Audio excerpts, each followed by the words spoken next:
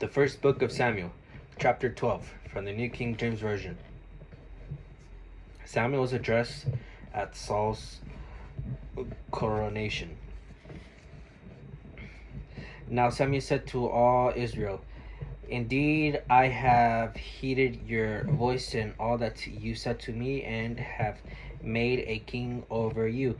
And now here is the king walking before you, and I am old and gray-headed, and look, my sons are with you.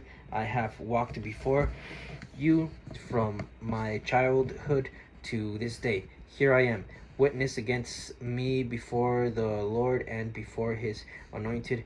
Whose ox have I taken, or whose donkey have I taken, or who have I cheated? Whom have I oppressed, or from whose hand have I received any bribe with which to blind my eyes? I will restore it to you." And they said, "You have not cheated us or oppressed us, nor have you taken anything from any man's hand." Then he said to them, "The Lord is witness against you, and his anointed is witness this day, that you have not found anything in my hand." And they answered, "He is witness." Then Samuel said to the people, "It is the Lord who raised up Moses and Aaron, and who brought your fathers up from the land of Egypt. Now therefore stand still, that I may reason with you before the Lord concerning all the righteous acts of the Lord, which he did to you and your fathers when Jacob cried out to the Lord. Then the Lord sent Moses and Aaron, who brought your fathers out of Egypt, and made them dwell in this place. And when they forgot the Lord their God, he sold them into the hand of Sisera,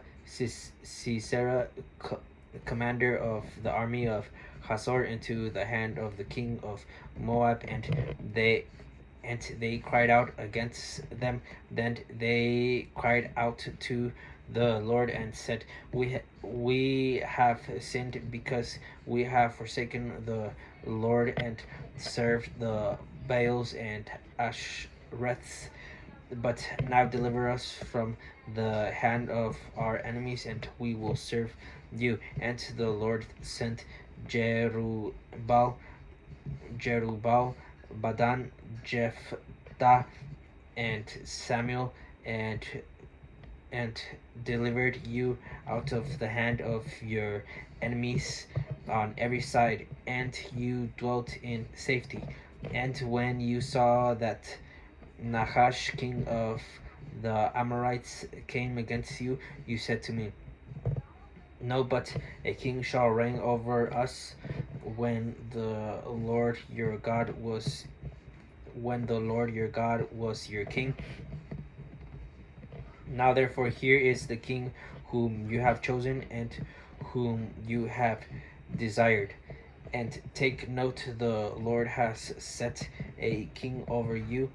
If you fear the Lord and serve him and obey his voice and do not rebel against the commandment of the Lord, then both you and the king who reigns over you will continue following the Lord your God. However, if you do not obey the voice of the Lord, but rebel against the commandment of the Lord, then the hand of the Lord will be against you, as it was against your fathers.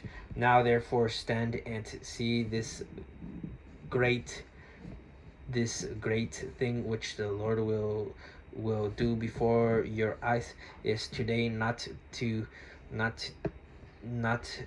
the wheat harvest?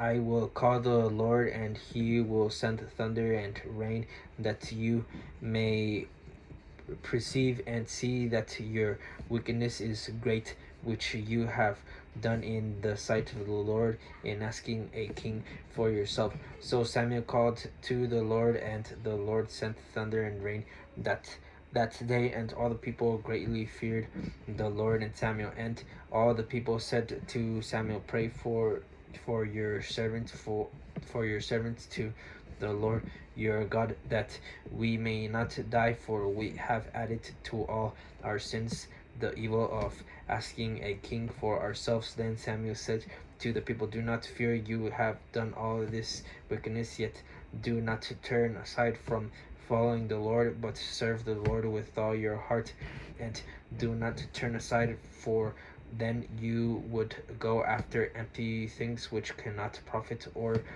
deliver, for they are nothing. For the Lord will not forsake his people for his great name's sake, because it has pleased the Lord to make you his people. Moreover, as for me, far be it from me that I should sin against the Lord in ceasing to pray for you, but I will teach you the good and the right way. Only fear the Lord and serve him in truth with all your heart, for consider what great things he has done for you. But if you still do wickedly, you shall be swept away, both you and your king."